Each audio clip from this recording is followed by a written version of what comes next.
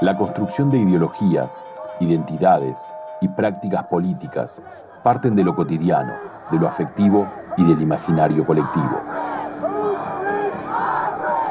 Occupy Wall Street fue un movimiento surgido en Nueva York que cuestionaba el poder de las empresas, los sistemas bancarios, las evasiones fiscales y la distribución de riquezas.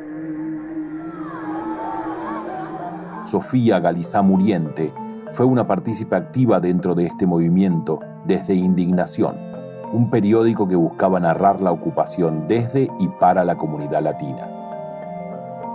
Hoy es parte de Beta Local, una organización para la producción cultural donde sigue explorando y experimentando con formas de documentación y visibilizando los mecanismos y las narrativas históricas que definen la prensa, la publicidad e Internet.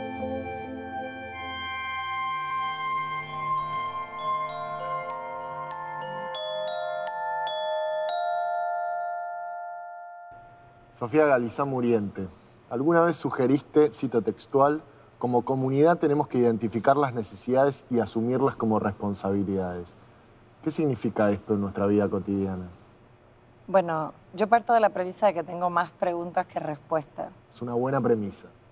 Entro sin pretender tener soluciones ni pretender tener un diagnóstico claro.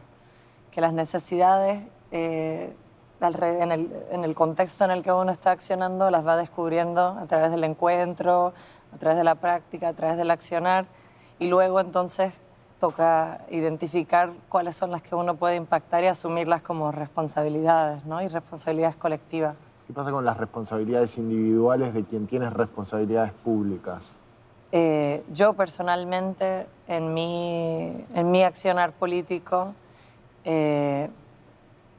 no es que desaperciba la importancia de las instituciones de poder y de los representantes públicos, pero sí pienso que donde más puedo incidir y donde más me interesa incidir es fuera de esas estructuras institucionales. Entonces, creo que se puede fiscalizar a los que se supone que sean representantes públicos, pero a través de la propuesta, a través del trabajo paralelo en confrontación con los modelos de poder y los modelos institucionales. ¿Cómo se expanden esas voces? Por ejemplo, en tu experiencia de Occupy Wall Street, vos fuiste coordinadora de medios. Bueno, estuve envuelta en un colectivo multimediático que surgió de la asamblea de Occupy Wall Street en español. La manera en que la prensa estaba cubriendo las protestas excluía por completo las historias de los latinos que éramos parte del movimiento y a la misma vez simplificaba enormemente las implicaciones que tenía ese movimiento y los discursos que surgían de ahí para la comunidad latinoamericana.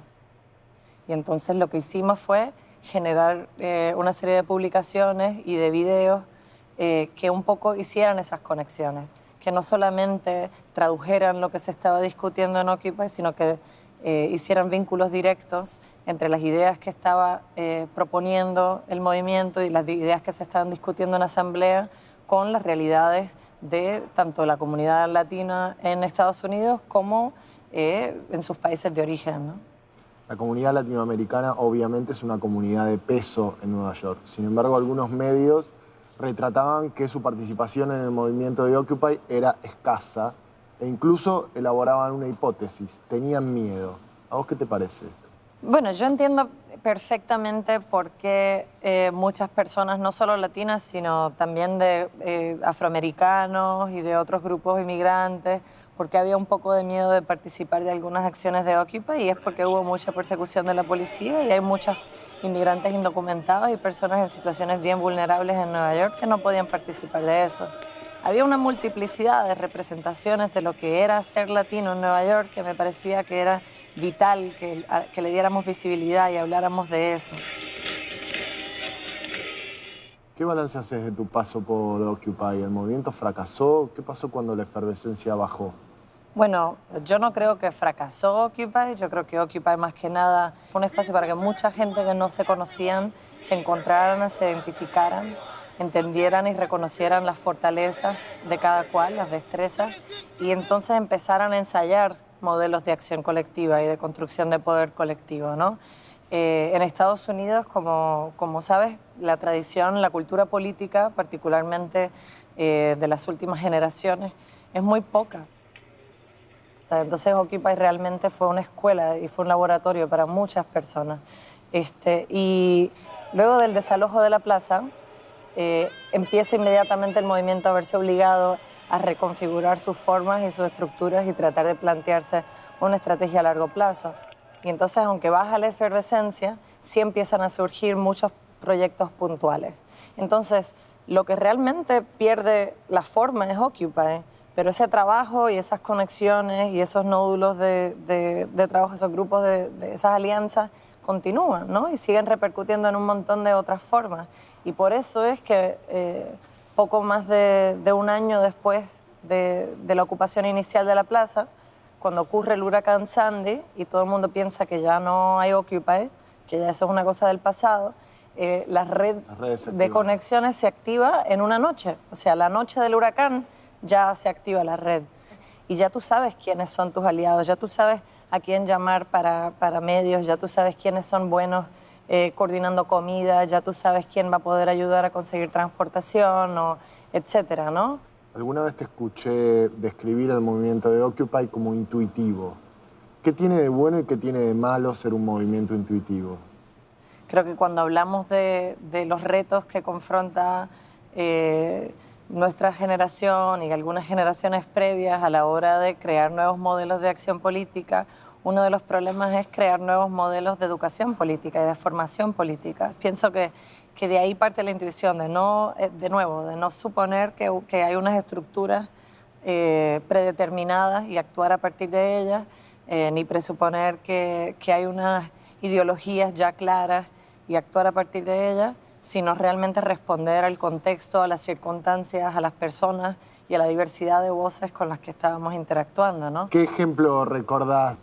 La plaza y las dinámicas cotidianas que se daban en la plaza proveyeron muchas posibilidades para la gente politizar su vida, ¿no? Para sentir que lo que hacían, lo que fuera que hacían, tenía unas implicaciones políticas, ¿no? Y verse como sujetos políticos. Recuerdo, por ejemplo, incluso la gente que trabajaba en la cocina, que repartían comida. A veces venían personas que trabajaban de meseros o de cocineros en restaurantes de la ciudad y por la noche venían a la plaza a preparar y repartir comida. Y había un placer y una dignidad y un gusto bien particular en hacerlo en esa plaza versus hacerlo en el sitio donde trabajaban de día, que les daba de comer y donde eran un empleado más, ¿no? No son personas que jamás se sientan que su trabajo es político o que pueden hacer su trabajo en solidaridad con otros, ¿no? Y entonces ese momento de transformación tiene unas implicaciones súper profundas, personales, políticas para las personas que lo hicieron, ¿no? Que fue resignificar su oficio, ver tus herramientas, ¿no? Como reconocer tus recursos y saber dónde puedes incidir con eso o cómo puedes resignificar quién eres y cómo operas en el mundo, ¿no? ¿Qué tiene el arte para aportarle a la política? El artista como nunca se remite a lo racional y lo práctico y lo útil únicamente, ¿no? Siempre está pensando un poco o en lo fantasioso o en lo idealista y es necesaria, esas personas son súper necesarias para inspirar a ese pensamiento como descolonizador que nos hace visualizarnos en otro mundo. Hay que pensar qué traen a la mesa, ¿no? ¿Cuál es su visión de mundo? ¿Cuáles son sus maneras de operar que permiten o que aportan al proceso de construcción de ideas, ¿no? Gracias, Sofía. De nada.